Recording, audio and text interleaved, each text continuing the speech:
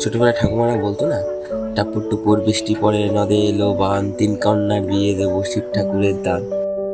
সকাল সকাল উঠে মনটা একেবারে ভালো হয়ে গেল, কারণ বাইরে প্রচুর বৃষ্টি হচ্ছে। মাঝে মাঝে আমাকে একটু পড়াশোনাও করতে হয়। বাইরের কি সুন্দর মনোরম পরিবেশ। তাড়াতাড়ি রেডি হয়ে গেল। বর্ষার দিনে সকাল সকাল চা খাওয়ার মজাই আলাদা। গুড মর্নিং সবাইকে, ওয়েলকাম মাই অ্যানাদার ব্লগ। আজকে বৃষ্টির দিন, তবু ডিউটি যেতে হচ্ছে। চলো যাওয়া যাক। এই বর্ষায় সত্যি একটা আলাদা অনুভূতি আছে, যা বলে বোঝানো সম্ভব নয়। সে ডিউটি যাওয়ার কোনো ইচ্ছাই ছিল না।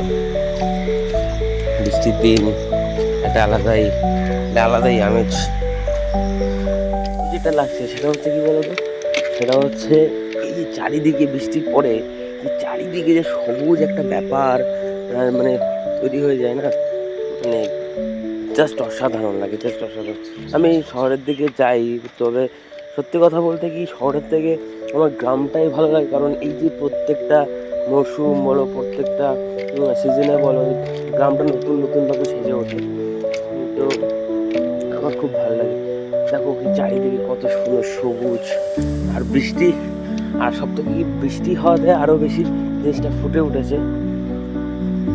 চলো আবার দেখা হচ্ছে। হঠাৎ বন্ধুর সাথে দেখা, যাকে বলে বেস্ট ফ্রেন্ড, ফ্রেন্ড নয় ভাই।